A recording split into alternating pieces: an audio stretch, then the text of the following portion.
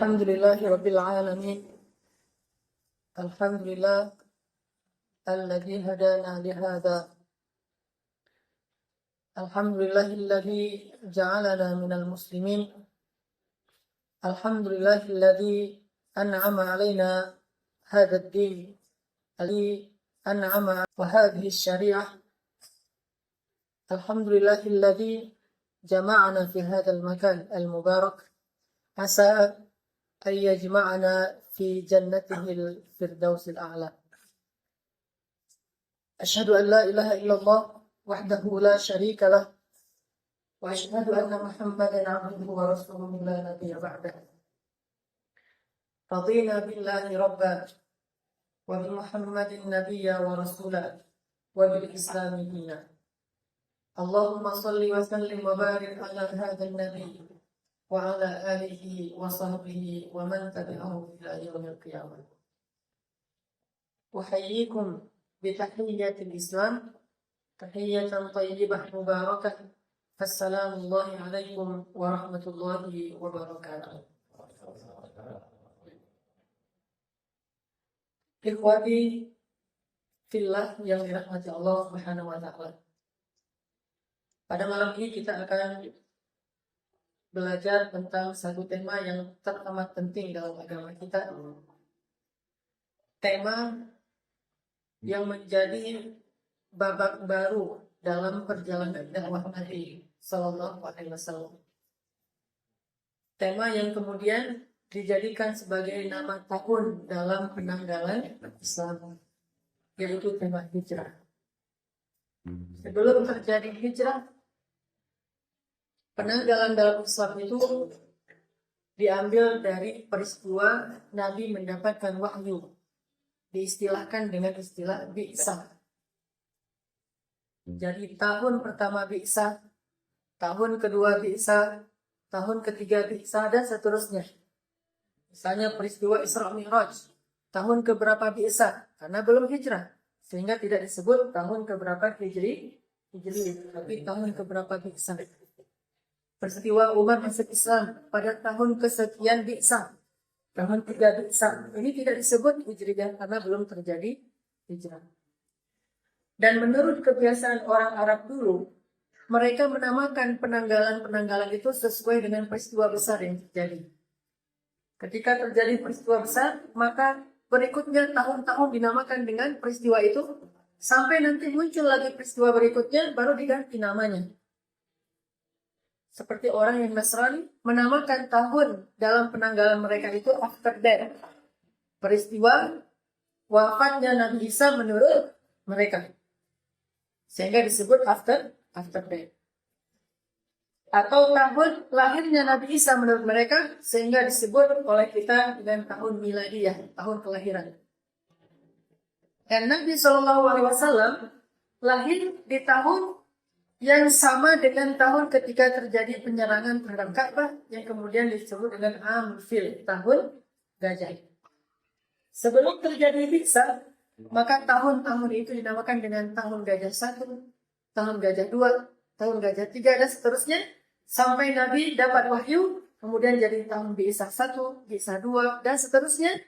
Setelah Nabi hijrah, maka tahun dalam Islam tidak lagi diubah namanya, kecuali dengan nama Hijriyah. Ini menunjukkan bahwa peristiwa dan tema hijrah ini adalah tema yang sangat besar dalam Islam. Bahkan lebih besar dari tema ketika Nabi pertama dapat wahyu. Padahal kita tahu, dapat wahyu itu pada malam Lailatul Qadar di bulan Ramadan, dan itu Al-Quran yang turun dengan wujud Jibril yang sebenarnya. Jibril tidak turun kepada Nabi dalam wujud asli, kecuali 2 kali saja. Ketika pertama membawa wahyu, dan ketika di Sidratul Muntaha. Yang lain semuanya turun dalam wujud seorang laki-laki yang sempurna. Ini menunjukkan besarnya peristiwa bi'sah. Tetapi Nabi menyuruh menamakan tahun ini dengan istilah Hijriyah, menunjukkan betapa istimewanya peristiwa hijrah ini. Maka kalau peristiwa ini istimewa, maka siapapun yang terlibat dengan peristiwa ini menjadi istimewa. Kalau kejadian itu istimewa, maka siapapun yang ada di dalamnya terangkat menjadi istimewa. Islam itu istimewa, maka siapapun yang masuk ke dalam Islam, dia menjadi hamba Allah yang istimewa. Ramadan itu istimewa, maka siapapun yang beribadah di bulan Ramadan memberikan hak-hak bulan itu, dia menjadi istimewa. Sepertiga malam terakhir adalah waktu paling istimewa dalam sehari, maka siapa yang bangun di sepertiga malam terakhir, dia menjadi orang yang mahmudah, istimewa, terpuji. Nabi Muhammad, Nabi yang paling istimewa, maka yang menjadi umatnya adalah umat yang paling istimewa di antara semua umat Nabi. Masjid adalah tempat yang paling istimewa, maka siapa yang masuk ke dalamnya, dia adalah orang yang paling istimewa di antara semua orang yang berada di muka bumi. Keistimewaan sesuatu, maka ketika kita terlibat dengannya, kita menjadi istimewa. Maka ikhwas sekalian, hijrah ini adalah sebuah peristiwa yang besar, sebuah kejadian yang sangat penting dalam sejarah Islam, sehingga orang-orang yang terlibat dalam hijrah ini kelak kemudian menjadi orang yang khusus dan dikenal dengan istilah muhajir atau muhajirin. والسابقون الأولون من المهاجرين والأنصار. Pertanyaan yang unik adalah, kalau mereka yang berhijrah disebut muhajirin karena terlibat dengan hijrah jadi istimewa, terus kenapa orang Ansar juga menjadi istimewa? Karena dia membantu orang-orang yang berhijrah. Itu kan ada kaitannya dengan hijrah. Dia disebut Ansar karena dia yang menolong orang-orang yang datang kepadanya untuk berhijrah di jalan Allah Subhanahu wa taala. Makanya membahas tentang hijrah bukan sekedar membahas sejarahnya. Dan kita sudah tahu sejarahnya. Banyak kisah-kisah dan banyak para ustaz yang mengulang-ulang peristiwa sejarah hijrah. Hijrahnya Salman Al-Farisi, hijrahnya Suhaib bin Amr Ar-Rumi, hijrahnya Ali bin Abi Thalib, hijrahnya Umar bin Khattab yang terang-terangan, dan yang paling luar biasa hijrahnya Rasulullah Shallallahu Alaihi Wasallam bersama Abu Bakar As-Siddiq. Tetapi malam ini kita akan bicara hijrah dalam makna yang sedikit berbeda. Kalau kita membahas hijrah dalam tataran sejarah, berarti kita sedang membahas hijrah dengan makna yang sebenarnya, makna hakikat. Tapi malam ini kita akan membahas hijrah dengan makna majaz, makna kiasan, makna yang lain, yang lebih umum daripada makna sejarah tadi. Hijrah seperti apa yang akan kita bahas? Hijrah seperti apa yang masih berpeluang untuk kita dapatkan sehingga kita menjadi istimewa seperti orang muhajirin? Bukankah hijrah dengan makna yang pertama sudah tidak ada lagi kesempatannya? Kata Nabi, "La hijrah ba'da amin hada." Tidak ada lagi hijrah setelah tahun Fathu Makkah. Karena tidak ada lagi negeri kufar yang harus ditinggalkan, maka sudah menjadi negeri orang-orang yang beriman. Tetapi yang ada adalah jihad dan niat. Artinya bahwa hijrah dengan makna keluar dari negeri kufar kepada negeri mukmin, dari Mekah ke Madinah, sudah tidak ada lagi peluangnya, sudah ditutup. Tetapi masih ada hijrah dengan makna majaz, dengan makna yang lebih umum selain makna hijrah yang pertama tadi. Dan makna hijrah yang kedua ini banyak sekali. Tetapi salah satu yang menurut saya paling penting untuk kita ketahui adalah, dan paling mendasar, hijrah itu artinya meninggalkan dosa. Itulah hijrah. Hijrah itu adalah meninggalkan, kata Nabi, apa yang Allah tidak suka. Kalau kita tahu ini bahwa Allah nggak suka ini, tinggalkan. Itu hijrah yang sebenarnya. Bahkan hijrah ini kedudukannya lebih tinggi daripada hijrah dari Mekah dan Madinah. Walaupun Mekah dan Madinah itu punya kedudukan yang istimewa di mata Allah. Kenapa? Karena hijrah yang ini Allah buka terus sampai hari kiamat. Sampai matahari terbitnya di barat.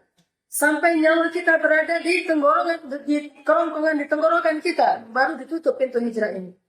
Bahasa lainnya adalah taubatan nasuha. Meninggalkan dosa-dosa. Meninggalkan maksiat. Meninggalkan yang makruh. Meninggalkan yang syubhat. Meninggalkan hal-hal yang tidak Allah suka. Ini adalah hijrah yang sebenarnya. Maka ikhwah sekalian, kalau kita membaca Al-Quran, kita akan menemukan bahwa banyak sekali ayat-ayat tentang hijrah. Dan hijrah ini bukan hanya peristiwa yang terjadi di zaman Rasulullah SAW. Hijrah ini adalah amal yang menghiasi setiap sejarah para anbiya. Setidaknya ulul azmi. Dengan Nuhnya yang hijrah di atas kapalnya. Dengan Ibrahimnya yang hijrah dari Irak ke Palestina. Dari Palestina ke Makkah. Dengan Musanya yang hijrah dari Mesir ke Madian, Yordania, kemudian balik lagi ke Mesir. Dengan Nabi Isa yang hijrahnya dari dunia, bumi ke langit, dan nanti akan kembali ke bumi. Dan dengan Muhammad SAW yang hijrah dari Makkah ke Madinah. Setidaknya ulul azmi minar rusul, nabi-nabi yang paling istimewa itu kenapa menjadi istimewa? Salah satunya dalam sejarah mereka selalu ada adegan hijrah yang luar biasa. Apa kata Nabi Ibrahim tentang hijrahnya? Inni muhajirun ila Rabbi. Saya berhijrah kepada Rabb saya. Saya baca tafsirnya. Apa arti berhijrah kepada Allah? Kata para ulama tafsir, berhijrah kepada Allah adalah berhijrah kepada apa yang Allah perintahkan. Terserah Allah mau perintahkan apa, saya menuju ke sana. Allah panggil di mana, saya akan datang ke situ. Allah panggil, hayya 'alas shalah. Hijrahnya adalah saya memenuhi panggilan Allah. Labbaika ya Rabbi wa sa'daik. Saya memenuhi panggilan-Mu ilahi ya Rabbi dan wa sa'daik wal khairu bi yadaik wasyarru laisa ilaik. Kebaikan itu ada di sisimu ya Allah, maka saya datang berhijrah kepada Allah. Ketika Allah memanggil as-silah as-silah, as-silah as-silah, senjata-senjata, yaitu jahidu fi sabilillah, maka dia akan datang ke tempat-tempat Allah memanggilnya dengan suara kaum muslimin yang mustad'afin. Panggilan Allah di masjid dengan suara seorang muazzin. Panggilan Allah di medan-medan jihad dengan suara kaum muslimin yang terjajah dan terzalimi. Suara perempuan-perempuan yang dinistai, suara anak-anak yang dizalimi, suara orang tua yang disakiti. Suara mereka adalah hayya 'alal jihad bagi kaum muslimin. Maka kata Ibrahim, inni muhajirun ila Rabb. Sesungguhnya saya itu azamnya Nabi Ibrahim. Dia katakan, inni muhajirun ila Rabbi. Saya akan berhijrah kepada Rabb saya. Maka keluarlah Ibrahim dari Irak. Pergi ke Mesir. Allah menyuruhnya ke Mesir, menyuruhnya ke Palestina lewat Mesir. Kenapa ada pelajaran nanti di Mesir? Allah akan mempertemukannya dengan Hajar. Kenapa tidak langsung saja dari Irak ke Mesir ke Palestina? Kenapa mutar dulu ke Mesir? Bukankah kalau kita lihat peta, Irak ke Palestina itu bisa lurus? Kenapa mutar dulu melewati Laut Merah ke Mesir? Allah ingin mempertemukannya dengan sesuatu yang baik. Inni muhajirun ila Rabbi. Pokoknya kalau berhijrah pada Allah, pasti ada kebaikan yang Allah sedang sediakan. Allah panggil kita. Halummu ilayya ya abdi. Kesini wahai hambaku, kesini. Allah panggil. Inni muhajir. Saya langsung berhijrah. Ternyata di Mesir, Sarah ini kan terkenal sangat cantik ya. Seorang wanita Irak yang terkenal cantiknya luar biasa. Sehingga ketika sampai di Mesir, Raja Mesir kagum dengan kecantikan Sarah, kemudian ingin menikahi Sarah. Ditanya ke Ibrahim, "Man hadi?" Siapa perempuan itu? Ibrahim tidak bisa menjawab itu istri saya, karena kalau ketahuan saya suaminya, maka saya akan dibunuh.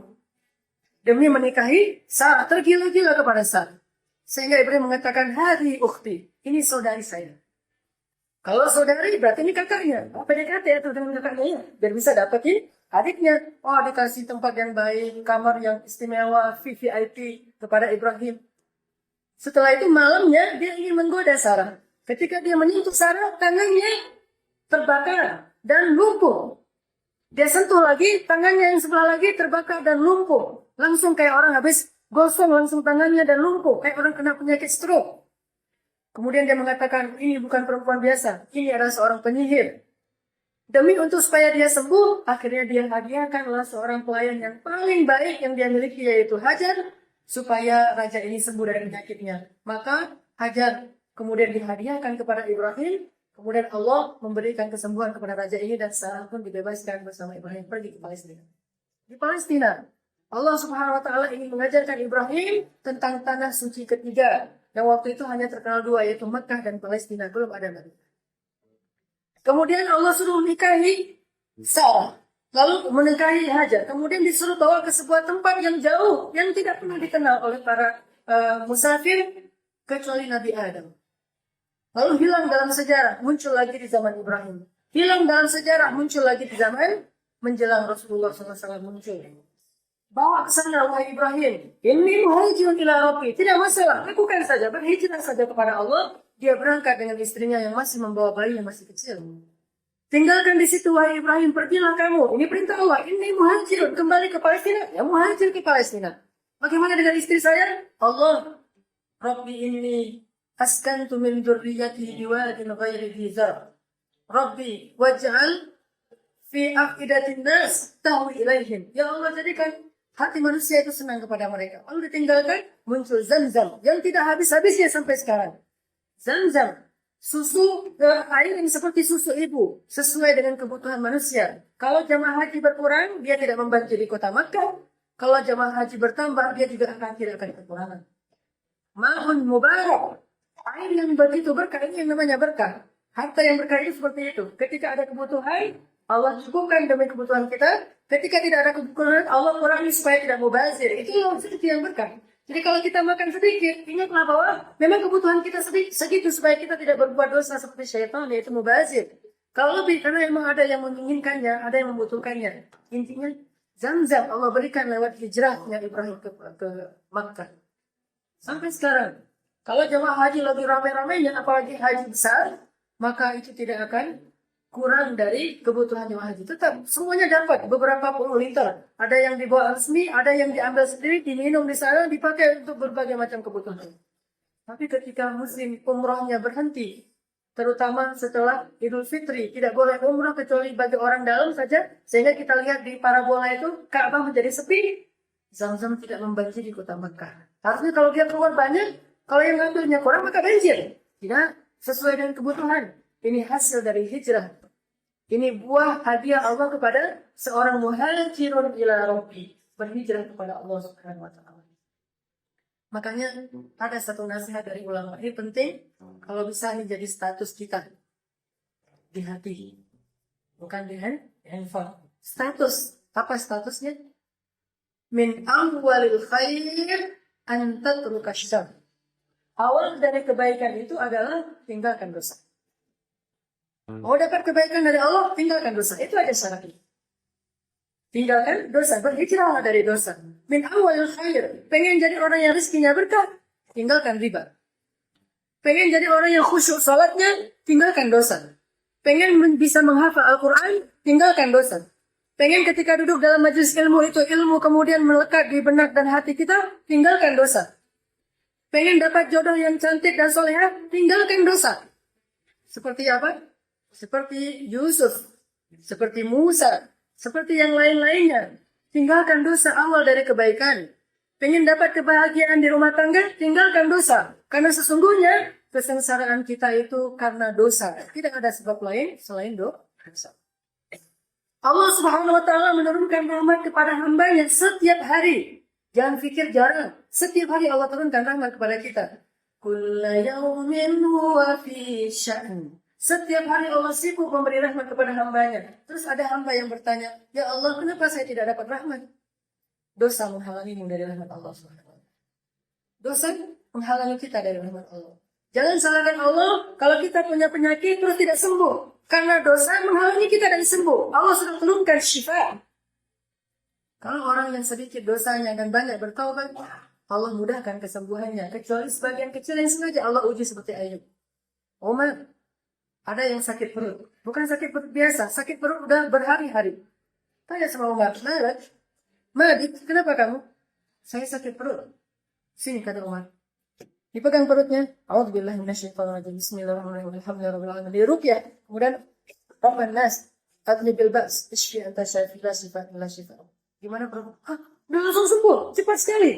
Langsung sembuh dan lebih sehat dari sebelum dia sakit.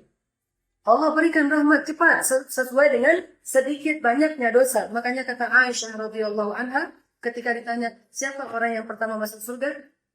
Orang yang paling sedikit dosanya.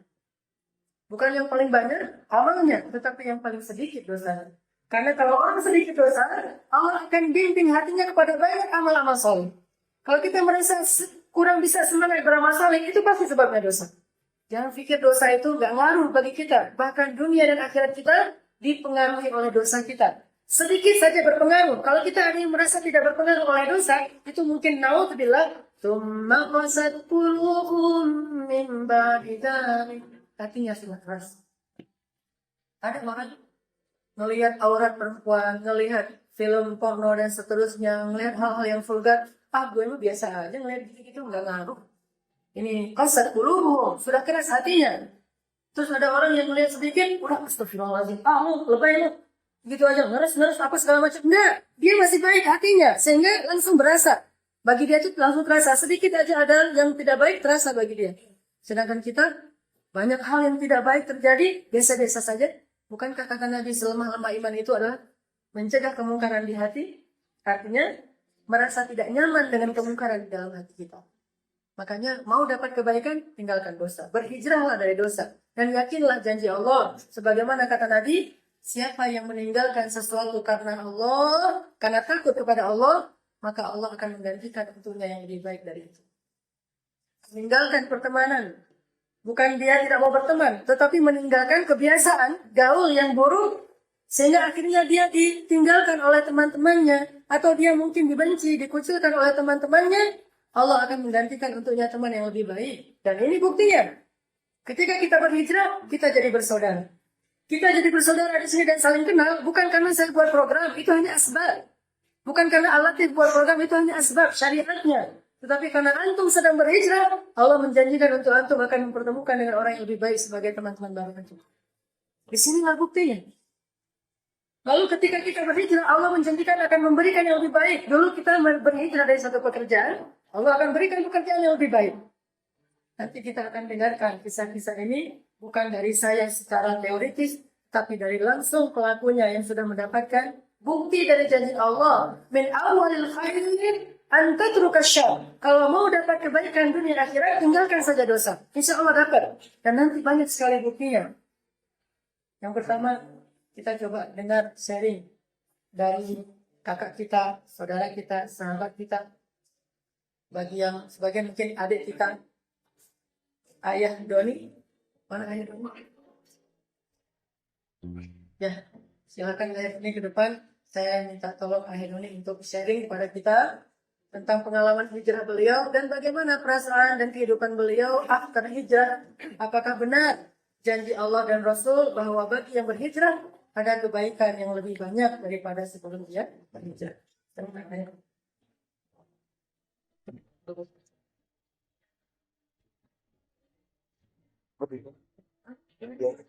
kasih.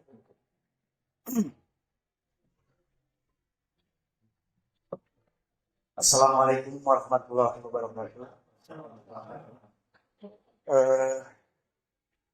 Sebelumnya rasanya tidak pantas saya di sini dan berdiri di depan orang-orang yang soleh ini. Sebenarnya saya juga menjadi orang yang lebih baik dan orang yang disayangi Allah. Nama saya Doni. Kalau di komunitas underground atau musik bawah tanah, saya lebih kenal dengan nama Dewa. Saya vokalis sebuah band metal, sadar, hardcore, punk rock, ya apalah namanya. Tapi itu dulu. Saya terlahir di keluarga muslim, cuma keluarga yang kurang taat karena agama Islam. Terus remaja saya besar di jalanan kota Bandung, tepatnya di Jalan Sumatera, di belakang mall BP saya dulu di situ. Dari tahun 95 sampai 2008 kan saya di 3 tahun saya di jalan, pulang ke rumah paling pas hari raya. Hari-hari remaja saya diisi dengan banyak dosa kemaksiatan. Pada tahun 96 saya membuat sebuah band ya, karena di lingkungan saya semuanya rata-rata musisi underground. 98 saya menikah di umur 25 tahun.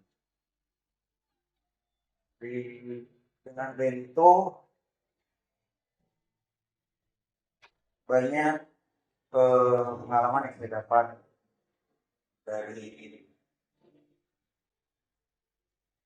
ini kayaknya semuanya nggak usah diceritain lah, semuanya nggak ada yang diridoi lah. Udah boro-boro tahu tentang agama, semua orang juga sibuk akan dunia di situ. Jadi yang terlintas di benak saya pada dulu itu gimana caranya menghabiskan waktu di dunia ini dengan bersenang-senang, bebas tanpa aturan. Gimana caranya ya bisa menjadi orang yang terkenal, banyak duit, bisa manggung di mana-mana, bisa manggung dengan band idola saya, bisa manggung di luar negeri, bisa tour. Kalau tour sih sempat saya nggak tahu sih saya tour, walaupun saya nggak taat sih. Tapi kasih di Indonesia saya pernah, soal Papua saya itu. Alhamdulillah juga terinspirasi dari situ, dari juga banyak teman yang nggak jadi apa-apa. Itu aja dapat duit, habis. Akhirnya setelah mengeluarkan 4 album, mulai di tahun awal habis pulang dari tur Jawa Bali awal 2012, pulang dari tur mungkin karena kecapean saya sakit. Dari sakit itu mulai saya berhenti merokok, berhenti mengkonsumsi minuman keras, tapi ngeganja masih.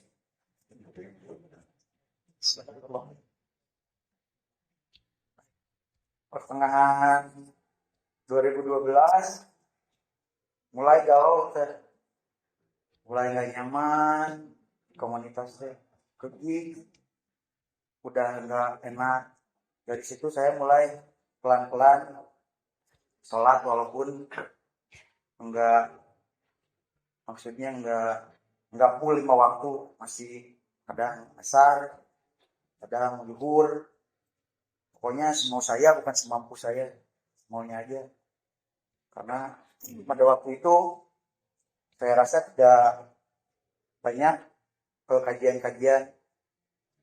Di akhir 2012 saya bertemu dengan teman-teman di Anaba. Mungkin mereka tahu saya mulai galau, bukan. Waktu itu ada saudara saya Ucai dari Rocket Rockers, terus teman-teman Pam yang gambarnya Billboard mulai ngobrol, ya kita ngaji yuk. Nah saya mulai ngaji bareng mereka waktu itu di Hotel Ciamplas. Sekarang pengajiannya pindah ke Bogor Cafe tiap hari Rabu, tapi sekarang lagi libur pada kesini kan. Terus tahu Alatif pada awal-awal 2013, mungkin karena kalau tahu ya saya pengen jadi bener gitu, orang yang baik. Makanya di awal 2013 itu saya buka kedai bakso, dan alhamdulillah bagus gitu. Dan jadi karena kedai bakso itu akhirnya saya tidak terlalu menumpukan hidup saya di band.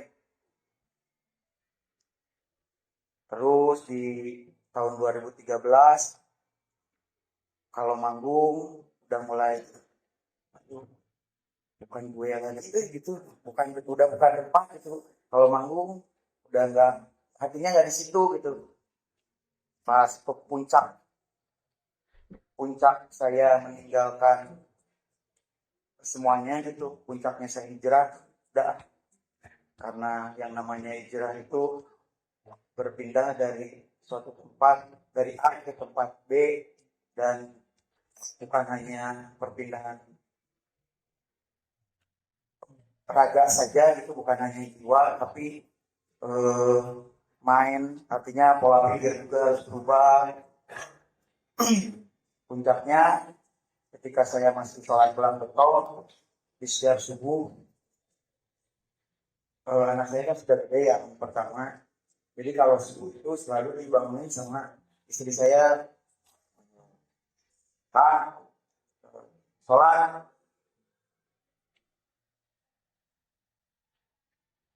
Anak-anak kan biasa kalau disuruh sholat subuh itu suka.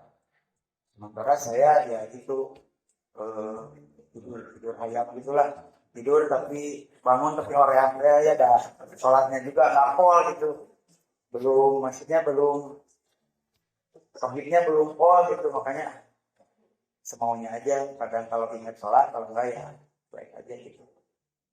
Akhirnya istri saya kan terus membangunin, kak sholat, dan terlontar dari mulut anak saya, ngapain sholat? Ada juga nggak sholat.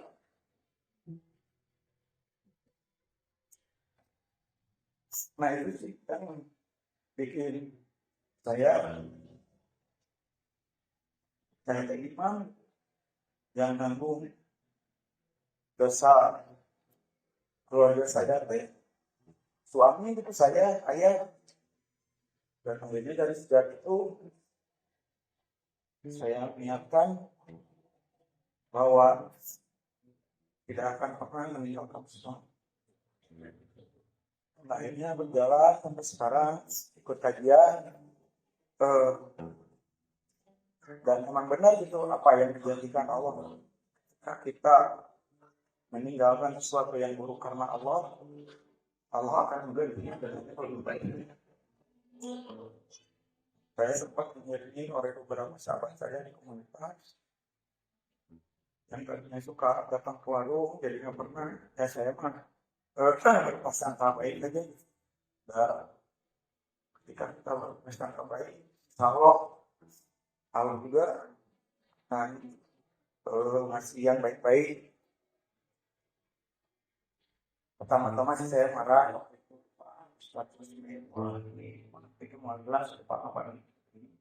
akhirnya mungkin mereka lihat sehari 2 minggu, sebulan 2 bulan, tahun 2 tahun, jadi sekarang jelas saya 3 tahun 4 tahun, dan akhirnya di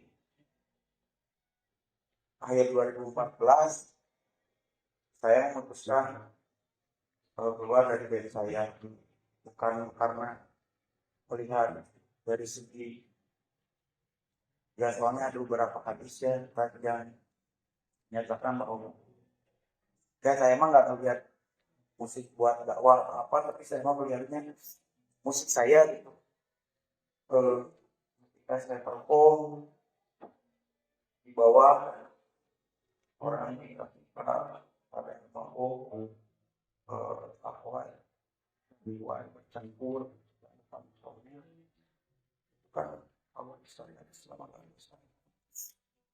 ketika kita menyampaikan kebaikan, bukan kebaikan itu tiru orang-orang, maka kita akan mendapat pahala orang tersebut, mereka mengorek pahala orang tersebut. Begitu juga kalau kita menyampaikan keburukan itu ditiru oleh orang, dan kita akan mendapatkan dosa atau dosa orang tersebut. Dan saya juga selalu terngiang itu kata-kata Ustaz itu, dosa itu akan besar. Kita yang berbuat dosa itu adalah seorang panutan.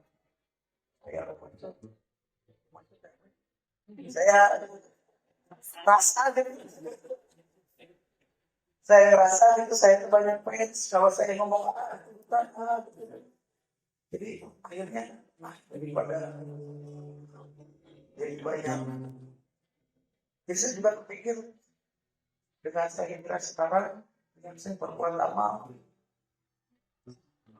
jauh itu buat untuk dosa-dosa yang saya kalah lalu. Dan saya juga berpikir, tapi insya Allah waktu itu juga saya kebetulan Ustaz itu ya masalah tobat karena suka insya Allah yang tadinya dosa itu akan berbalik menjadi amal baik beliau ya akhirnya saya ada harapan ya tapi ya dia harus berpegang pada tahun Islam jangan coba ya menegakkan karena tapi alhamdulillah kan ya Allah mohon tahu gitu walaupun saya banyak meninggalkan sahabat-sahabat saya yang dulu saya juga kita oleh selatan sebagian lebih soleh yang baik sih menjalani teman walaupun di luar juga banyak ya jadi banyak ya majelis ini alhamdulillah dan ya intinya carilah sahabat itu yang jangan mengajar kita yang bersenang-senang saja tapi carilah sahabat yang selalu mengingatkan kita sama Allah itu aja kalau ada sahabat yang selalu mengingatkan kita sama Allah ingat dan perlu jangan dilepas karena insya Allah teman-teman yang soleh itu akan memberikan syafaat dari Tuhan. Ya, Assalamualaikum warahmatullahi wabarakatuh. Waalaikumsalam. Ya, luar biasa jemaah bahwa banyak hal yang dulu saya sempat duduk lama dengan Ayah Doni cerita-cerita yang masih banyak hal yang belum mungkin karena keterbatasan waktu belum bisa disampaikan semuanya tapi sekarang kita bisa melihat bahwa kehidupan kita setelah berhijrah itu Allah buat lebih berkualitas daripada sebelum berhijrah. Allah ganti semuanya, kualitas hidup kita, keberkahan rezeki kita, terus keberlimpahan kebahagiaan di dalam hati kita Allah ganti, karena itu janji Allah melalui lisan Rasulnya. Siapa yang meninggalkan satu keburukan karena Allah, Allah menggantinya dengan kebaikan yang lebih banyak untuk dia. Jadi nggak usah khawatir. Ditambah lagi dengan sebuah kaidah min awwalil khair an tatruka syarr. Awal dari kebaikan itu tinggalkanlah dosa. Mau dapat kebaikan apapun, istighfar. Makanya dulu para ulama melihat dosa mereka itu kepada banyak hal. Melihat dosa mereka itu pada dirinya. Melihat dosa mereka itu pada istrinya. Melihat dosa mereka itu pada anaknya.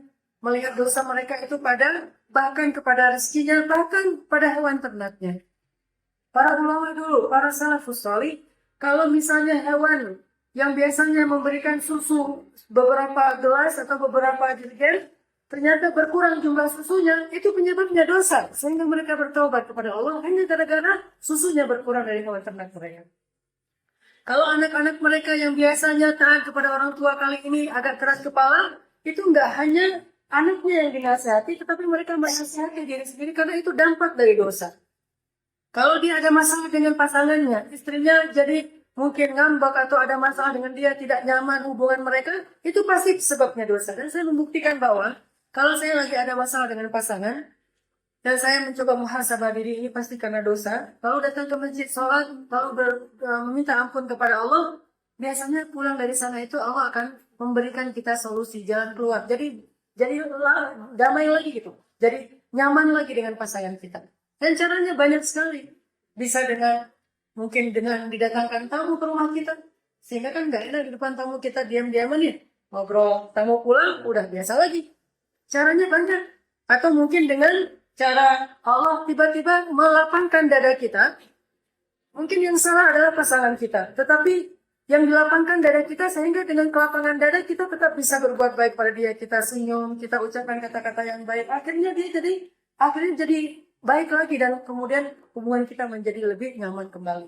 Ini semuanya adalah gara-gara dosa. Tidaklah Allah menghalangi seseorang dari rahmat kecuali penghalangnya itu adalah dosa-dosa kita. Makin besar dosanya, makin sulit dan makin banyak rahmat yang kita tidak dapatkan. Termasuk ilmu. Para ulama dulu karena ilmu mereka banyak dan jarang sekali lupa. Sekali lupa itu pasti sebabnya dosa. Dan kita tahu dengan Imam Syafi'i. Ketika beliau curhat kepada gurunya Imam Waqi'. Kenapa hafalan saya akhir-akhir ini melemah ya guru? Kata gurunya, sesungguhnya ilmu itu cahaya Allah. Dan cahaya itu tidak diberikan kepada para pendosa. Maka bertaubatlah. Imam Syafi'i teringat dengan mungkin ada beberapa kesalahan yang nggak sengaja beliau lakukan. Termasuk di zaman Utsman bin Affan. Ketika Utsman bin Affan membuat majelis seperti ini di masjid. Utsman ini seorang khalifah, Amirul Mukminin, presiden, seorang imam masjid, dan seorang ulama yang mengajarkan ilmu. Syarat duduk dalam majelis Utsman bin Affan adalah bertaubat. Syarat duduk dalam majelis ilmunya Utsman bin Affan adalah bertaubat. Kalau ada yang belum bertaubat, maka nggak boleh duduk dalam majelis ilmu Utsman. Kenapa? Allah tidak akan turunkan rahmat dari ilmu kepada orang yang masih banyak dosanya. Sehingga mereka datang dengan wudu, kemudian pakaian yang baik, kemudian mereka membagi-bagi parfum, bersiwak, dan beristighfar kepada Allah, baru duduk dalam majelis ilmu. Tiba-tiba datang dari luar seorang laki-laki yang ketika dia mau masuk masjid, secara tidak sengaja, sekilas, lewatlah seorang perempuan dengan berhijab. Lalu hijabnya ditiup dengan angin kencang, ada angin kencang, dan terbukalah auratnya dan kelihatan rambutnya. Laki-laki ini melihat sekilas saja. Karena dia menganggap ini kebetulan, cuma sekilas dan cuma rambut dari jarak yang jauh. Sehingga dia anggap itu sesuatu yang sepele, tidak beristighfar. Tanpa beristighfar dia masuk ke masjid, kemudian duduk dalam majelisnya Utsman.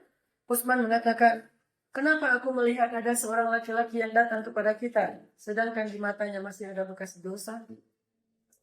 Di matanya masih ada bekas dosa. Utsman tahu. Lalu laki-laki itu mengatakan, ya Amirul Mukminin, bagaimana engkau tahu? Apakah telah turun wahyu kepadamu? Padahal tidak ada lagi wahyu setelah Rasulullah. Apa kata Utsman? Ittaqu farasatal mu'min. Hati-hati kamu dengan firasat orang yang beriman.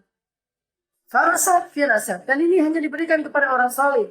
Kita tidak punya firasat seperti ini. Jadi jangan menilai orang lain, oh, ini ahli maksiat, ini ahli dosa. Tidak. Untuk diri saja, untuk diri kita. Artinya, hanya sekilas saja, melihat dari dia juga cuma rambut. Dan itu pun jarak jauh. Ternyata tidak diridhoi oleh Allah untuk duduk dalam majelis ilmunya Utsman. Bagaimana dengan kita? Yang lebih dari rambut dan tidak sekilas dan tidak jarak jauh, jarak dekat sekali. Maka awal dari setiap kebaikan, tinggalkanlah dosa. Hijrah.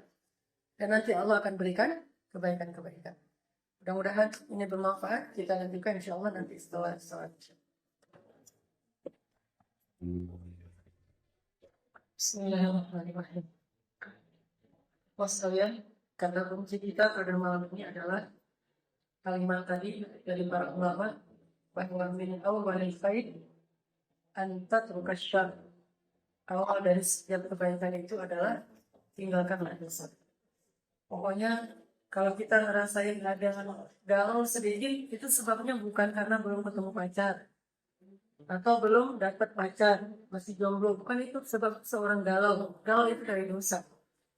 Seorang kecewanya berlebihan itu dari dosa. Gelisah itu dari dosa. Penyakit jasmani, rohani, dan kehidupan kita semua bermasalah itu semuanya sebabnya dosa.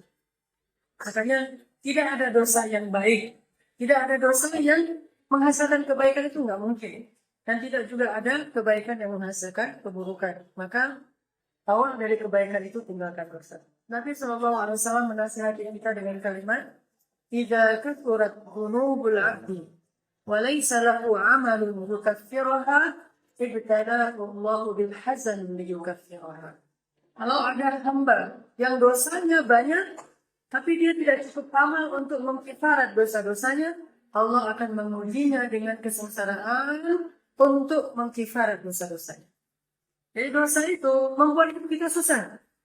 Jadi kalau kita punya banyak dosa, tapi kita sedikit amal, maka tidak balance, tidak seimbang antara bebannya dengan yang bisa menampungnya, maka akhirnya Allah akan menguji kita dengan banyak sekali beban-beban hidup untuk bisa menampung dosa-dosa kita sebagai kifarat atas dosa-dosa kita. Sakit, itu sebabnya dosa. Seandainya orang tidak berdosa, apakah dia kemudian akan sakit? Ya, mungkin sakitnya itu untuk raf'ud derajat, untuk mengangkat derajat. Tapi kalau terus-menerus ujian yang Allah berikan kepada dia itu hanya untuk mengkifarat dosanya, kapan dia akan diangkat derajatnya? Karena Allah tidak akan mengangkat derajat sebelum dia dibersihkan dari dosa-dosa. Wa rafa'na laka dzikrak, setelah alladzi anqadha dhahrak, Allah meringankan dulu beban-beban. Alam nashrah laka sadrak wa wada'na 'anka dhahrak alladzi wa wada'na 'anka wizrak alladzi anqadha dhahrak wa rafa'na laka dzikrak. Kami turunkan dulu wisrak. Wisrun itu adalah dosa, dan yang paling besar itu adalah syirik. Kami turunkan dulu beban-beban dosamu yang telah memberatkan punggungmu, baru kemudian wa rafa'na laka dzikrak. Maksudnya apa? Kalau bagi kita, itu bagi Rasulullah secara khusus. Kalau bagi kita makna ayat itu, Allah tidak akan mengangkat derajat seseorang yang masih banyak dosa. Maka Allah akan mengkifarat dulu dosanya, baik dengan amal salihnya, kalau tidak cukup maka dengan musibah-musibah yang akan ditimpakan kepada dia. Tergantung besarnya dosa kita. Makin besar, maka tunggulah. Idza jaa ajaluhum la yastakhiruna sa'atan wa la yastaqdimun. Kalau sudah datang waktu yang Allah ancamkan, Allah mengatakan, "Allah sayalamun, summa kalla sayalamun. Allah sawfa ta'lamun, summa kalla sawfa ta'lamun." Atau fantadhiru inni ma'akum minal muntadhirin. Fatarabbasu inna ma'akum minal mutarabbisin. Tunggu saja. Kalau tidak percaya, nanti Allah akan mendatangkan kepada orang-orang yang berdosa itu satu musibah yang tujuannya adalah untuk mengkifarat dosanya. Kalau dia gagal dengan musibah itu, maka dia menjadi tsumma radadnahu asfala safilin. Jadilah dia orang yang serendah-rendahnya. Makanya ikhwas sekalian, yakinlah kepada janji Allah dan Rasul bahwa siapa yang meninggalkan suatu keburukan karena Allah, Allah akan menggantikan untuknya banyak kebaikan dari jalan yang lain. Ada satu nasihat dari Imam Ibnu Qayyim al-Jauziyah tentang bahayanya dosa atau keburukan-keburukan yang ditimbulkan dari dosa. Kata beliau, dosa itu yang pertama adalah menghalangi seseorang dari ilmu yang benar. Ilmu yang benar. Apa ilmu yang benar? Ilmu yang benar itu ilmu yang membuat kita setelah mengetahuinya jadi lebih takut kepada Allah. Karena kata Nabi, Ra'sul hikmah makhafatullah. Ilmu yang puncaknya itu adalah merasa takut kepada Allah. Itu ilmu yang benar. Atau serendah-rendahnya kata Imam Al-Ghazali, ilmu itu adalah meyakini bahwa akhirat lebih baik daripada dunia. Jadi kalau kita dapat ilmu agama tapi tidak lebih yakin bahwa akhirat lebih baik daripada dunia, itu bukan ilmu yang hak, bukan ilmu yang benar. Apalagi kalau kita tidak mendapatkan rasa takut kepada Allah setelah belajar ilmu, berarti itu bukan ilmu yang hak, bukan ilmu yang benar. Itu hanya thaqafah, itu hanya wawasan, itu hanya tamattu akli, itu hanya sensasi berpikir. Banyak orang yang berpikir sudah duduk dalam majelis ilmu, sedangkan ketika dia pulang tidak bertambah imannya, padahal tujuan dari duduk dalam majelis ilmu adalah untuk memperbaharui iman. Apa kata Mu'adz bin Jabal? Hayya najlis nu'min sa'ah. Ayo kita duduk memperbaharui iman kita sebentar. Nu'min sa'ah, nujaddid imanana, memperbaharui iman kita. Jadi kalau kita duduk dalam majelis ilmu, tetapi kita tidak bertambah iman, ada dua kemungkinan. Majelis itu bukan majelis ilmu tapi majelis lalai. Atau kemungkinan yang kedua, bal rana ala qulubihim. Hati kita telah ditutup oleh dosa-dosa sehingga tidak lagi mendapatkan kesan dari ilmu. Coba lihat, ada orang yang mendengarkan ayat Allah, mendengarkan hadis-hadis Rasulullah langsung di hatinya. Kalau saya menyebutnya dengan istilah bertilawah dengan hati. Bagaimana bertilawah dengan hati? Idza tutla 'alaihim ayatul rahman. Idza tutla 'alaihim ayatul rahman kharru sujjadan wa bukiya. Kalau dibacakan ayat Allah, kharru, nggak kuat berdiri. Kharru itu tersungkur dalam terjemahannya. Maksudnya adalah lututnya jadi gemetar. Nggak kuat berdiri sehingga dia tersungkur. Lalu sujjadan, dia bersujud minta ampun kepada Allah. Wa bukiya, menangis. Tafidu minad dam'i mimma arafu minal haq. Matanya penuh dengan air mata, berlinang-linang sampai basah janggutnya, sampai terdengar suara seperti air mendidih dalam dadanya. Itulah Rasulullah SAW. Kemudian para sahabat, bagaimana keadaan Umar ketika membaca surat Al-Tur? Ketika dia selesai dengan ayat-ayat sumpah, Kemudian sampai kepada ayat tentang kiamat, bahwa kiamat itu azab Allah itu inna azab rabbika lawaqi' ma lahu min dafi'. Gak kuat berdiri langsung menangis. Ini adalah kesan di hati bagi orang-orang yang sedikit dosanya dan yang sering bertaubat. Sedangkan orang yang banyak dosanya, mendengar ayat-ayat Allah, gak ada ngaruhnya. Sawa'un 'alaihim a'anzartahum am lam tunzirhum la yu'minun.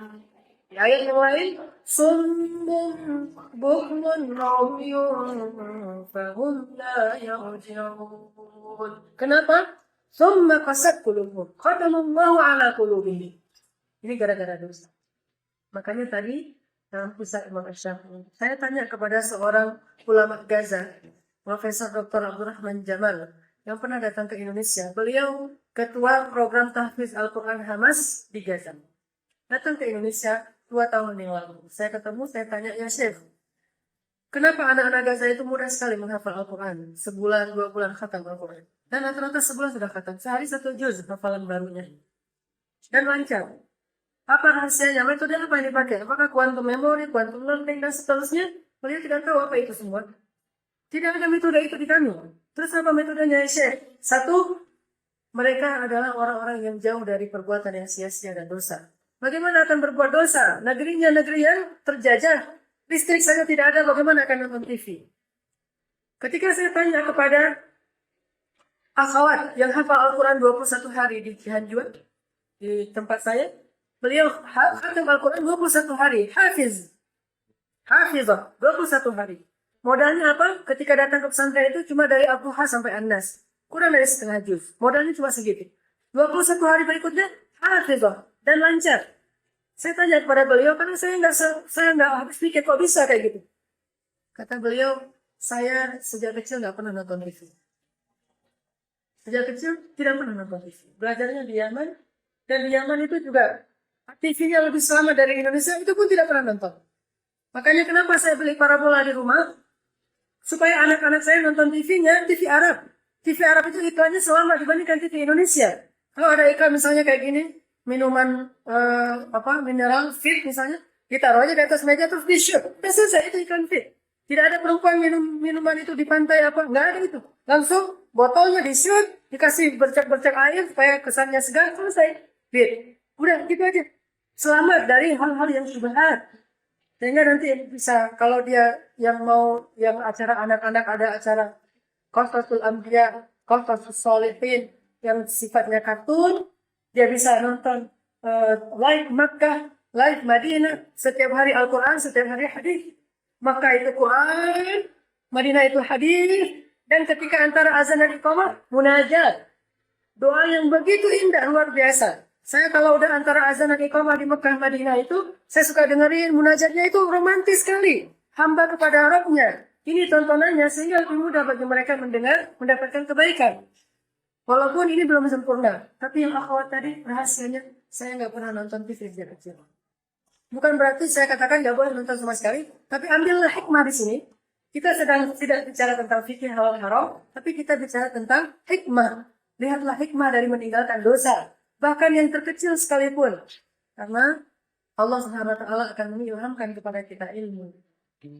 Makanya ketika seseorang berbuat jangankan dosa, kesia-siaan, maka malaikat yang membawa ilmu, yaitu malaikat Safarah, tidak mau dekat kepada kita. Karena malaikat Safarah ini malaikat yang paling sensitif.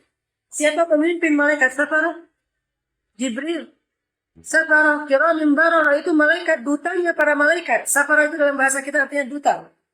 Dia adalah dutanya malaikat, bersih luar biasa. Jibril aja kayak gitu ya, penampilannya bersih, tidak ada athar safar, bekas-bekas safar. Dan dia tidak mau dekat dengan orang yang punya masalah dengan dosanya, tidak bersiwak, bahkan nggak mau. Sehingga pernah seorang ulama memimpin sholat berjamaah, tiba-tiba di belakangnya ada jamaah yang kelegean, terap, itu sendawa. Jadi dia sendawa, dan sendawanya itu ngeluarin bau yang tidak sedap. Imamnya di depan mencium bau itu langsung berhenti membaca Al-Quran. Lama kayak orang salah lupa hafalan. Maminya bingung dan mamunya tidak ada yang hafiz sehingga tidak bisa membenarkan bacaan itu. Diam saja. Setelah sekian lama, dia lanjutkan bacaan. Selesai sholat, muridnya bertanya, ya Syekh, kenapa tadi berhenti membaca? Ketika saya sedang membaca Al-Quran, saya yakin malaikat datang untuk menyimak bacaan itu. Tetapi ketika ada yang bersendawa dan dia tidak bersiwak sebelum berwudu, maka malaikat itu pasti sudah pergi karena mereka tidak suka dengan bau yang tidak baik. Dan saya tidak mau membaca Al-Quran yang tidak didengar oleh malaikat. Ini para ulama. Artinya ilmu yang baik itu tidak akan diberikan kepada pendosa. Tapi wawasan bahkan kepada ahli maksiat pun bisa. Orang barat pergi ke sekolah atau ke kampus sambil pacaran, sambil berbuat dosa. Mereka dapat ilmu. Tetapi ilmu yang sifatnya tak apa-apa. Di sini saja, nggak sampai ke hatinya. Dan tidak akan membawa dia kepada hidayah Allah SWT. Beda belajar Islam dengan belajar sains. Makanya salah satu di antara syarat mendapatkan ilmu itu berbanyak istighfar. Banyak taubat kepada Allah. Lalu kata Imam Ibnu Qayyim al-Jauziyah, beliau bercerita tentang Imam Asy-Syafi'i. Ketika Asy-Syafi'i kecil, anak dari Gaza ini, beliau lahir di Gaza, pergi ke Madinah, bertemu dengan Imam Malik, penulis Al-Muwatta, salah satu imam mazhab. Ketika sampai kepada Imam Malik, Imam Syafi'i pengen nyetor hafalan hadis di dalam kitab Muwatta. Sudah hafal. Dikasih oleh Imam Malik, ini kitabnya. Duduk sebentar, hafiz. Kitab tebal, ratusan halaman. Dikasih oleh Imam Malik, ini kitab saya. Dikasih lembaran-lembaran yang banyak, kalau dulu belum dijilid. Kemudian Imam Syafi'i duduk, hanya beberapa saat. Kemudian dia datang, ya Syekh, saya sudah hafal.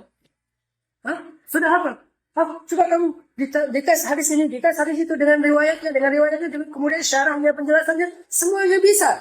Apa kata Imam Malik? Ya Syafi'i, sesungguhnya, kata Imam Malik, aku memandang Allah Subhanahu wa Ta'ala telah memasukkan cahaya ilmu ke hatimu. Maka janganlah engkau padamkan cahaya tersebut dengan kegelapan maksiat. Ada orang yang Allah berikan pemahaman yang baik tentang agama. Orang yang luar biasa. Termasuk di Mesir itu ada seorang anak yang saya pernah cerita, hafal Al-Quran dalam 10 hari. Sehari 3 juz. 10 hari khatam. Dalam sebulan dia menghafal 10 qiraat. Qiraat itu berat. Dan saya pernah mau mencoba belajar dan tidak jadi lulus. Dan belum lulus sampai sekarang. Itu luar biasa, berat sekali. Dia dalam sebulan selesai 10 qiraat. Yang 7 diantaranya mutawatir, 3 yang lain khabar ahad. Selesai. Kemudian dia hafal hadis Bukhari Muslim sebanyak 11.000 hadis selama 10 hari saja. Sehari menghafal 1.100 hadis. Kemudian dia menghafal Bukhari saja dalam 10 hari, menghafal Muslim saja dalam 10 hari. Bayangin kita Sahih Bukhari berapa jilid. Membaca aja kita belum pernah khatam. Ini hafal 10 hari. Ketika ditanya apa rahasianya, dia menghabiskan waktunya semuanya untuk kebaikan. Dalam 24 jam waktunya, 23 jamnya adalah untuk belajar ilmu. Setengah jam untuk tidur, setengah jam untuk kebutuhan yang lain. Aja makan, setengah jam tidur, setengah jam, 23 jam Al-Quran. Tapi yang menjadi hebat bukan kemampuannya. Inilah rahasia kenapa Yahya alaihissalam itu anak yang sangat cerdas. Kata Allah, ya Yahya khudil kitaba biquwwah. Wahai Yahya, pelajari kitab Taurat itu dengan kuwah. Kuwah itu apa? Minat yang tinggi. Dan minat itu tidak Allah berikan kecuali kepada orang yang zakiyah. Gulaman zakiyah, yaitu Yahya. Tidak berbuat dosa sama sekali. Yahya ini anak dari kecil tidak pernah berbuat dosa. Mirip dengan Ali bin Abi Thalib. Sejak kecil tidak pernah melihat auratnya sendiri bahkan. Apalagi orang lain. Makanya Ali adalah salah satu sahabat yang ilmunya luar biasa. Ini ilmu. Belum lagi nanti kita bahas hal yang lain. Intinya, kalau kita mau dapat kebaikan, maka tinggalkanlah dosa. Mau dapat kebahagiaan, tinggalkanlah dosa. Hijrahlah dari dosa. Berikutnya, mungkin saya nggak bisa menampilkan semua teman-teman. Saya yakin banyak di sini yang punya pengalaman-pengalaman yang baik, yang luar biasa, inspiring. Cuma mungkin hanya beberapa orang karena keterbatasan waktu. Di waktu yang lain kita bisa saling kenal dengan program olahraga kita setiap hari Ahad, dengan program mufayab kita setiap beberapa bulan sekali, dengan program qiyamul lail kita setiap bulan sekali, dan juga dengan program kita duduk-duduk untuk silaturahim setelah pengajian setiap Senin dan Rabu malam. Kita bisa saling mengenal. Saya ingin minta tolong kepada salah seorang di antara ikhwah di sini yang dulunya adalah seorang atlet, yang sampai sekarang ini masih jadi atlet skateboard. Dan beliau hijrah bukan meninggalkan skateboard. Karena skateboard ini sesuatu yang tidak tercela dalam agama, sesuatu hobi saja. Bahkan ketika jadi olahraga dia menjadi kesehatan, bahkan prestasi. Tetapi bukan hijrah dari skateboard. Hijrah dari dosa. Di mana dosanya? Skateboard plus narkoba, mungkin. Skateboard plus sia-sia, mungkin. Skateboard plus hal-hal yang meninggalkan sholat gara-gara olahraga. Itu yang ditinggalkan. Skateboardnya tetap. Tetapi kalau istilah kita di sini, skateboard syariat. Tadi ada musisi syariat, skateboard syariat, geng motor syariat, viking, geng motor syariat. Dan di sini banyak. Ada boxer syariat, ada orang apa lagi? Taekwondo syariat, karate syariat, kempo syariat, ini militer syariat, ustadz syariat, ustadz syariat. Semuanya disyariatkan, bukan ditinggalkan hobinya, tidak. Kita tidak menyuruh orang untuk meninggalkan kesenangannya, tapi kita mengantarkan orang dari satu kesenangan dengan kesenangan yang lain yang lebih luar biasa dari sisi Allah Subhanahu wa taala. Kita tampilkan saudara kita Pevi. Mana Pevi? Dan silakan buat.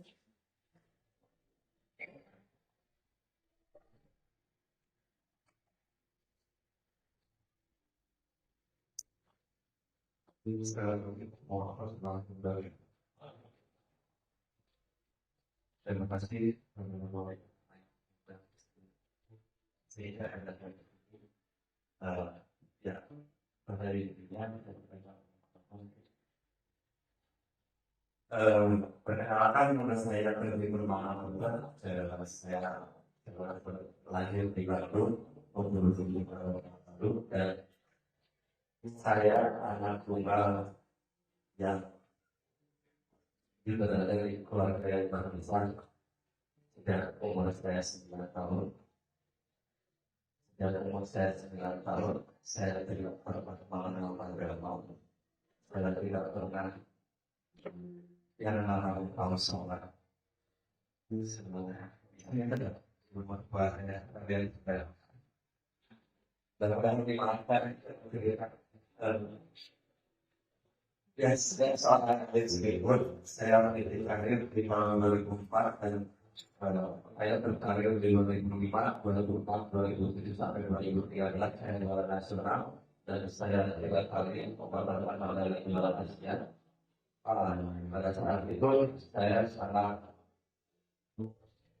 mencuri ya, maksudnya saya banyak uang di situ karena saya nyobol banyak uang dan tidak ada yang melarang saya satu poin, tidak ada yang mengingatkan saya dan tidak ada yang melarang saya. Saya merasa diri saya bebas dan disitulah saya setiap malam mungkin bahkan setiap hari saya berdua mas. Saya setiap hari saya tidak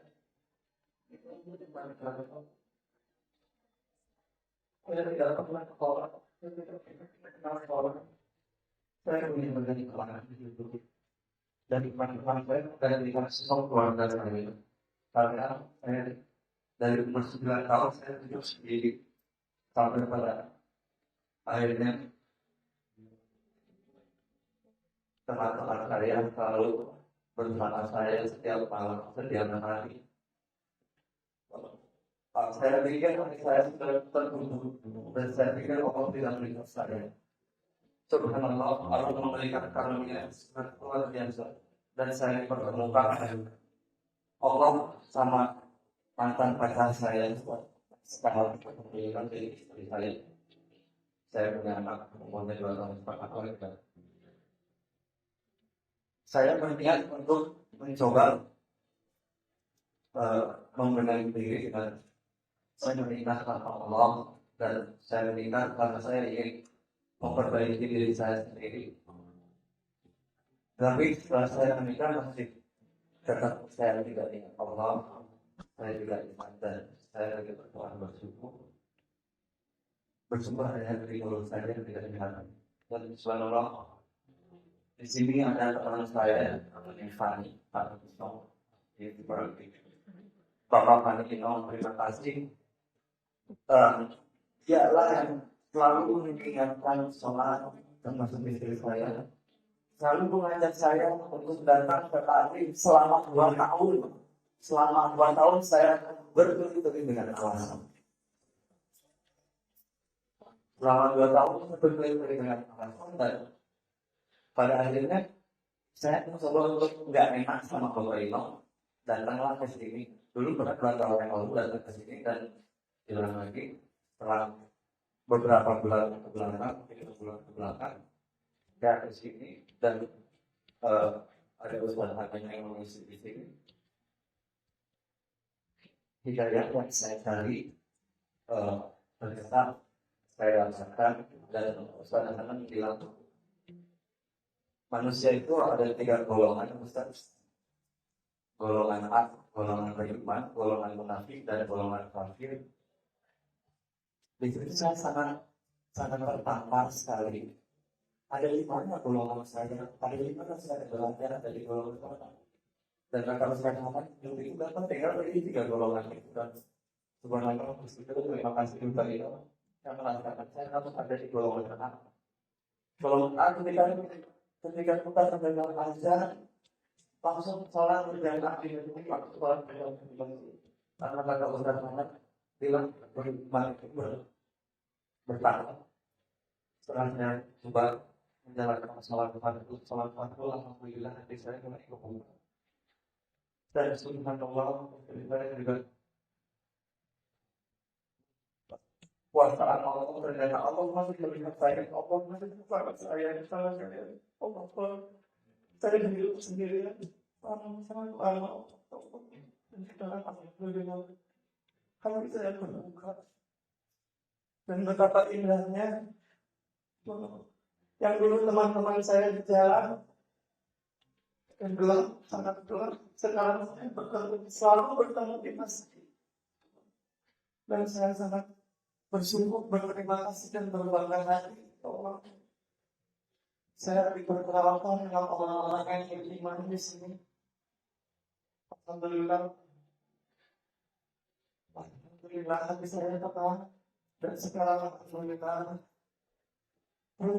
perubahan semakin banyak. Yang tadinya saya tidak tahu karena saya sudah mentok, nggak tahu harus supaya mana, nggak tahu harus kemana lagi. Saya sudah gelap. Allah berkehendak lain. Allah yang saya, Allah masih membuka. Masih saya di mana hidayah itu? Saya alhamdulillah. Allah.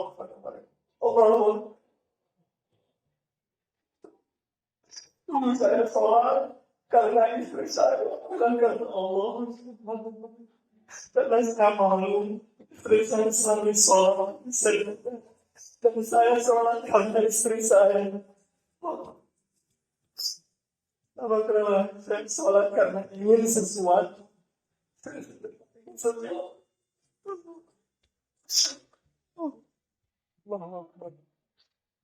Dan alhamdulillah, insya Allah saya akan sholat karena Allah Ta'ala, la ilaha illallah, Muhammad Rasulullah.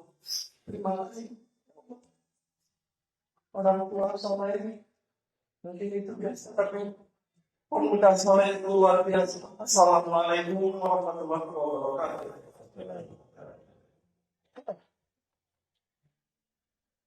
Ikhwan sekalian, begitulah Allah Subhanahu wa Ta'ala membimbing kita dari satu kebaikan kepada kebaikan yang lain. Kuncinya adalah kebaikan yang pertama. Karena kata para ulama, di antara hukuman bagi orang yang berbuat kejelekan, dia akan jatuh kepada kejelekan yang lain.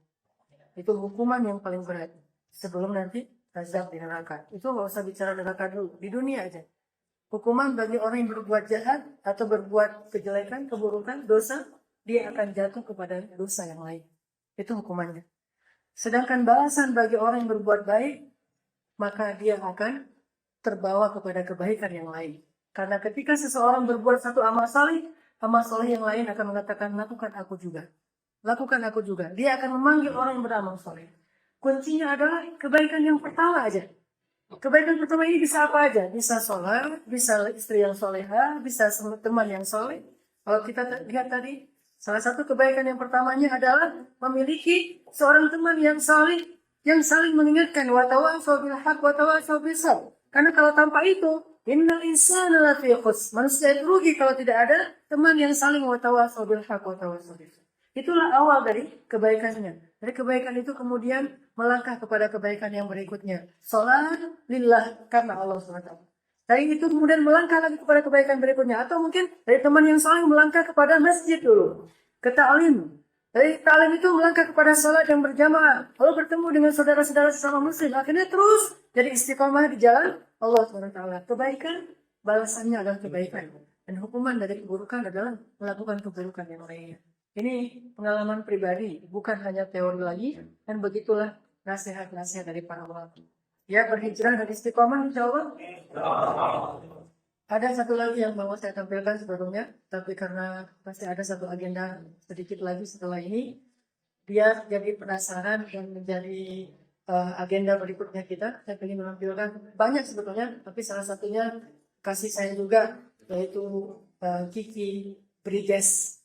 Brigesnya pakai, ya, Kiki Briges. Ini kekasih saya karena Allah, ingin juga suatu saat sharing kepada kita. Ada hal yang lain yang juga menakjubkan dari hijrahnya beliau, dan juga saya sempat semobil dengan Kiki Briges dan banyak cerita ketika saya jalan bersama Kiki Briges ke Saritem, banyak cerita tentang pengalaman pribadinya, dan itu mudah-mudahan jangan hanya saya yang tahu, kita juga semua tahu sehingga jadi inspirasi. Tapi next insya Allah coming soon edisi Kiki Briges. Nanti akan ada edisi lagi yang masih banyak yang lain, makanya ayo kita saling kenal mengenal supaya kita masih saling bisa menggali, bukan untuk pamer, karena keburukan tidak dipamerkan, tapi untuk menjadi inspirasi. Seperti kata Ayah Doni tadi, siapa yang menunjukkan kebaikan, ini dari hadis Rasul, maka dia dapat pahala kebaikan dari orang yang menirunya tanpa mengurangi pahala orang tersebut. Jadi kalau kita menunjukkan inspirasi hijrah kita, oh ada orang yang berhijrah, mudah-mudahan ini akan mendapat pahala bagi kita dari hijrah orang tersebut tanpa mengurangi pahala hijrah.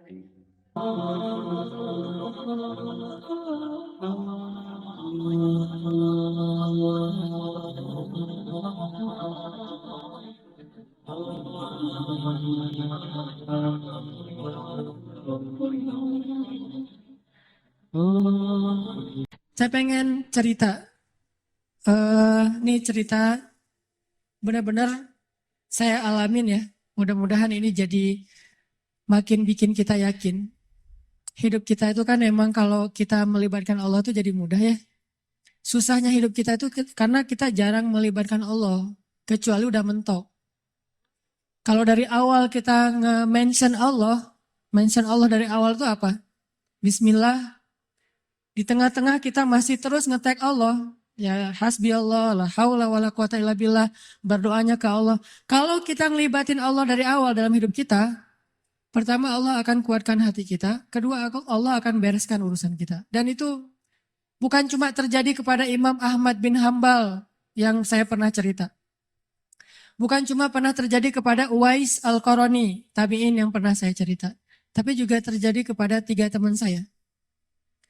Yang satu anak Batam namanya Age, anak skateboard. Satu lagi anak Jakarta model namanya Agi. Satu lagi driver ojek online di Bandung. Ini 3-tiganya nih baru saya alami sekitar beberapa waktu yang lalu. Kalau yang ojek online sekitar sebulan yang lalu. Kalau yang Agi baru 2 minggu yang lalu saya ngalamin. Apa ceritanya? Melibatkan Allah dalam semua harapan kita. Agi, anak Jakarta ini, pernah ikut kajian saya kayak gini di salah satu masjid di Maruya, di Kebun Jeruk, Jakarta. Terus pas ikut kajian itu dia bilang gini, ya Allah, saya pengen banget ketemu Ustadz Hanan langsung, tapi jangan di taklim, karena agak susah, terlalu rame. Saya pengen ketemu berdua dalam suasana yang lebih nyaman. Kabulkanlah ya Allah, gitu.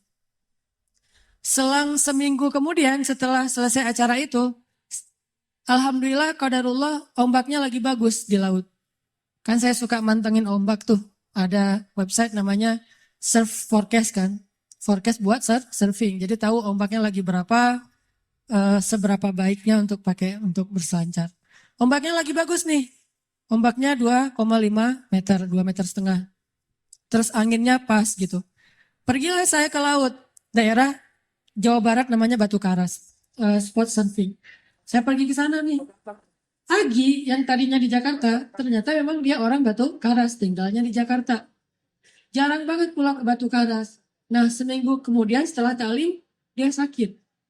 Badannya nggak enak. Biasanya kalau cuma panas dingin, dia akan tinggal di kos-kosan. Tapi kali ini kangen pengen pulang kampung. Duh, kenapa ya saya pengen pulang kampung? Kenapa ya? Kayak Imam Ahmad bin Hambal gitu kan. Kenapa ya saya pengen pulang kampung? Akhirnya dia putuskan pulang ke Batu Karas. Dan sampai di Batu Karas, hari pertama dia sampai ke rumah, temannya ngajak ke pantai, kita mandi yuk, kita berenang yuk gitu kata temannya. Yuk, padahal lagi nggak enak badan tuh, diajak berenang dia mau. Berenang kalau orang sana berarti surfing, diajak surfing dia mau. Datang ke pantai, saya lagi duduk di pantai, lagi persiapan nih mau turun ke air, lagi duduk santai gitu pagi-pagi sambil ngopi dulu, sambil nggak jelas ya ngelamun tentang masa lalu. Jadi lagi duduk dulu nih di pantai nih, sambil ditaruh dengan papan biar nggak kena matahari. Udah ke pantai masih takut hitam, padahal udah hitam. Tiba-tiba lagi datang, ngeliat dari jauh, nih kayak kenal nih, siapa ya? Kayak pernah lihat, tapi biasanya kan penampilannya beda. Nih udah namanya orang lagi di pantai. Datanglah, pas udah dekat dibilang, Ustadz Hanan ya? Saya ngeliat, ya kenapa? Saya jemaah Ustadz Hanan di Meruya, Kebun Jeruk minggu yang lalu. Oh iya, Kebun Jeruk minggu lalu memang ada taklim. Udah kenalan, dia bilang, Ustadz, minggu lalu saya baru berdoa nih, ya Allah saya pengen ketemu Ustadz Hanan, langsung bukan di taklim, biar bisa santai banyak ngobrol. Berikanlah saya apa yang saya harapin. Dia istighfar, dia sholawat, dia doa. Nggak sampai bertahun-tahun, cuma selang seminggu. Qadarullah Allah bikin skenario, ada ombak, saya datang, dia sakit, dia datang, akhirnya ketemu di pantai, ngobrol, jadinya saya seharian cuma ngobrol doang, nggak sempat surfing. Terus aja ngobrol curhat, dia live IG gitu, aduh, jadi ngobrol sama dia, alhamdulillah dikasih gelang batu sama dia, nih Ustadz hadiah gelang batu untuk Ustadz, alhamdulillah ya udah saya pakai. Intinya adalah coba cuma seminggu doang tuh. Dia minta ke Allah, dia melibatkan Allah, akhirnya Allah kabulkan. Bisa nggak kita dalam waktu seminggu halal dengan cara berdoa ke Allah? Ya Allah, saya lihat dia kemarin di masjid. Masjid apa ini teh? Baitur Rahman. Cuma saya nggak berani menyapa. Saya menyapa dia lewat engkau saja ya Allah. Kalau kita yakin dan tembakan kita itu udah jago tadi, jawid imanak tujawid qira'at kata Teh Hanin tadi, kuatkan, jagokan diri kamu dalam yakin ke Allah, makin jawid, makin jawad, makin bagus, maka insya Allah akan kena panahan kita. Ada orang mana tadi nggak kena sama sekali, ada orang yang di jarak yang sama langsung kena. Kenapa? Udah jawid, imannya udah mantep, udah yakin gitu. Dan yakin dalam bahasa mana tadi udah profesional. Nanti insya Allah tiba-tiba entah gimana caranya nggak usah cari tahu. Karena saya juga sama Teh Hanin yang cerita tadi, kita Teh Hanin maksudnya nggak mencari saya, ada saya mah mencari. Teh Hanin nggak mencari, saya sama sekali kita nggak kenal, dia nggak kenal saya. Pas ketemu di tempat kibdah emang ada sedikit trik yang saya lakuin gitu kan, biar bisa namanya ikhtiar gitu kan. Dan dengarkan ceritanya, nah gitu deh pokoknya. Yang jelas nggak usah berharap kepada Allah tergantung cara. Berharaplah kepada Allah karena kita yakin kepada Allah. Cara Allah yang bikin. Ini Agi nih. Yang kedua, driver online. Driver ojek online.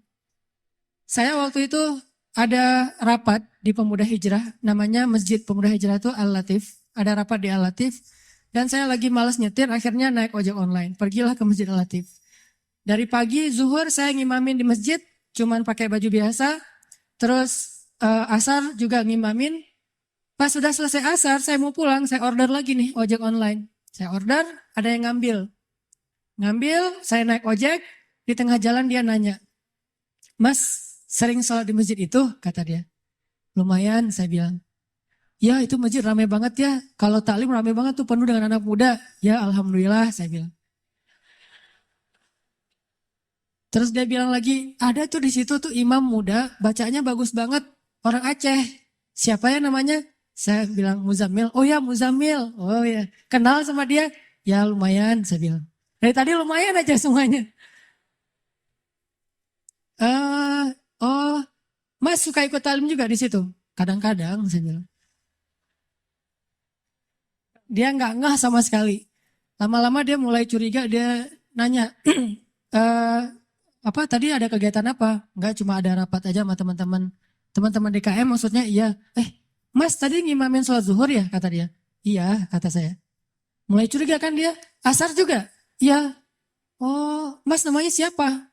Hanan. Hah? Hanan yang mana nih, kata dia. Mulai kaget dia kan, mulai panik gitu. Saya bilang Hanan Ataki, langsung oleng tuh motor tuh.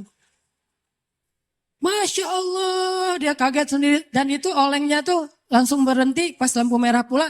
Dia heboh sendiri di lampu merah, bayangin. Ya Allah, Masya Allah. Alhamdulillah, Ustadz tahu nggak? Ternyata ini Ustadz Ataki. Ntar dulu saya lihat ke belakang, benar nggak nih? Oh iya benar gitu. Dari tadi kayak Ustadz nggak ngomong-ngomong. Kata dia, Ustadz tahu nggak? Sebulan ini saya selalu beristighfar, berdoa, sholawat. Ya Allah, saya pengen banget ketemu sama itu tuh satu lagi gurunya Muzammil yang ceramahnya suka di YouTube katanya. Ustaz Hanan Ataki, saya pengen ketemu beliau tapi susah kalau di taklim. Pengen berduaan, jangan pas rame-rame. Ternyata berduaannya di atas ojek. Coba.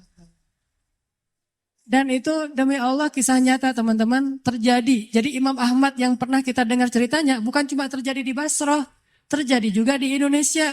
Terjadi di Jakarta, di Bandung, Surabaya, di Kediri, di mana-mana kalau kita melibatkan sebegitu mudahnya. Padahal dua orang ini saya kira bukan ulama, bukan orang yang mungkin hijrahnya udah lama, baru juga hijrah. Tapi kenapa diperlakukan oleh Allah semudah itu?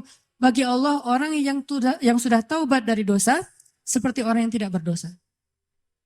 Orang yang sudah taubat dari dosa seperti orang yang tidak berdosa. Jadi sama Allah memperlakukan dia seperti Allah memperlakukan kekasih-kekasihnya yang soleh lainnya.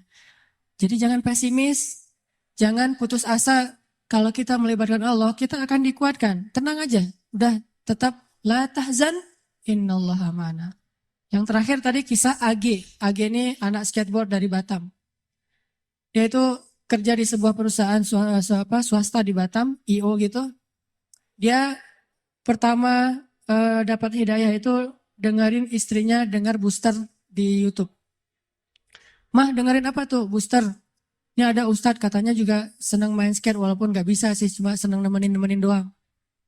Oh, mana karena dia senang memang anak skate jadi ngelihat gitu. Oh ini Ustadznya, coba dengerin lagi. Oh kirain tadi cewek. Biasalah kayak gitu Maya. Gak tau jenggotan gini. Udah gitu, oh gimana coba dengerin, nangis. Selama ini dia udah belasan tahun gak sholat. Jangankan sholat sendiri, jangan sholat ke masjid, sholat sendiri aja gak pernah. Bahkan sholat Idul Fitri aja gak pernah. Kan kalau kita minimal sholat Idul Fitri ya, setahun 2 kali lah ya. Walaupun masbuk itu juga. Kenapa masbuk? Kebiasaan kalau Jumatan datangnya kalau khutbahnya udah selesai. Dan Idul Fitri, Idul Adha mah khutbahnya selesai sholat. Wah masih khutbah, ntar aja deh kalau udah selesai. Begitu datang orang udah pada pulang. Loh kok gak sholat sih? Sholat Idul Fitri itu sebelum khutbah. Ini salah dia. Dia gak pernah sholat sama sekali. Tapi tiba-tiba nangis jadi kayak sadar dapat hidayah gitu.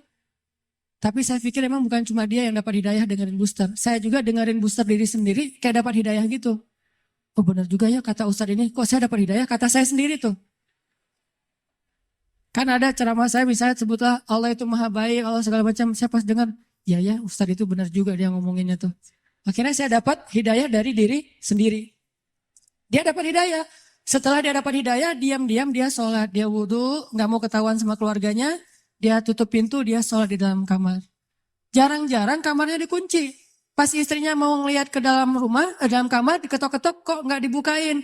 Pas udah selesai dia sholat langsung buka-buka pura-pura tadi ketiduran gitu. Dia gak mau ketahuan lagi sholat. Setelah sholat dia berdoa, ya Allah Ustadz itu udah bikin saya sadar. Saya pengen banget ketemu beliau. Beri saya jalan ya Allah. Hari dia berdoa, besoknya dia ketemu dengan atasannya. Dia bilang, Pak boleh saya minta izin. Padahal dia jatah cutinya udah habis tuh. Gak ada dapat jatah cuti lagi. Atasannya nanya, izin kemana? Saya mau ketemu Ustadz saya di Bandung. Ini orangnya, saya dengar booster dari dia, jadi saya sadar. Oh ya udah, kamu cuti sesuka kamu deh, kata atasannya. Dimudahin, butuh uang saku, dikasih uang saku, berangkat dia ke Bandung. Dan dia datang ke hari Rabu taklim saya yang rutin di Bandung itu yang di Masjid TSB, Trans Studio. Ketemu langsung dengan saya dan alhamdulillah Ustadz mudah banget ya kalau kita menuju ke Allah. Yang susah itu kalau kita menjauh dari Allah. Tapi kalau menuju ke Allah dipermudah, banyak banget urusan yang dipermudah. Saya malah dapat uang saku, saya malah dapat kayak bonus dari atasan saya. Keluarga saya alhamdulillah sekarang jadi lebih baik setelah saya berhijrah. Dan saya pengen ketemu dengan Ustadz, dimudahin banget. Ini lihat bukti. Bukan karena saya orang soleh, enggak. Kesolehan kita hanya Allah yang tahu. Tapi karena kita yakin sama Allah. Karena kita melibatkan Allah. Terus kenapa galau, kenapa khawatir, kenapa enggak tenang? Kalau kita bisa melibatkan yang maha kuasa dalam segala urusan kita. Jadi itu teman-teman, coba buktiin deh. Kalau teman-teman yang lain di tempat yang tadi saya ceritain udah membuktikan, kita pasti bisa lebih dari itu. Bukan hanya ketemu Ustadz, tapi juga ketemu dengan pasangan kita, menemukan rezeki yang halal untuk kita, apapun kebaikan. Tinggal, ya Allah, saya pengen nikah, beri saya jalan. Udah gitu, lihat keajaiban terjadi dalam hidup kita. Kalau enggak juga, enggak ada sia-sianya berdoa kepada Allah. Makanya saya bilang kalau berdoa tuh jangan yang tanggung, yang mantap sekalian. Ya Allah, kalau mobil ya Allah saya pengen Alphard. Penghasilan kita kecil, tapi pengennya Alphard. Emang sia-sia? Enggak. Kalau enggak dikasih Alphard di dunia, dikasih Alphard di akhirat. Kan Allah pasti mengabulkan doa kan? Pasti itu. Kalau nggak dikabulkan di dunia, dikabulkan di akhirat. Bangun dari kubur tiba-tiba lewat Alphard berhenti depan kita. Ini mobil siapa? Ayo kita ke Padang Mahsyar lewat pakai Alphard gitu. Udah ada drivernya. Mereknya bukan Toyota tapi mereknya Cahaya. Merek baru nih. Belum dijual di Indonesia. Mereknya Cahaya. Kendaraan Cahaya yang lebih nyaman adalah Alphard. Jalan ke Padang Mahsyar. Kenapa saya dapat kendaraan ini ya Allah? Karena dulu kamu pengen banget punya mobil Alphard di dunia. Tapi aku tidak memberikannya di dunia karena itu tidak baik untuk kamu. Tapi aku berikan di akhirat. Apa sia-sianya berdoa kepada Allah? Jadi tetap ar-raja ilallah, berharapnya hanya ke Allah. Dan itulah obat untuk segala kegalauan.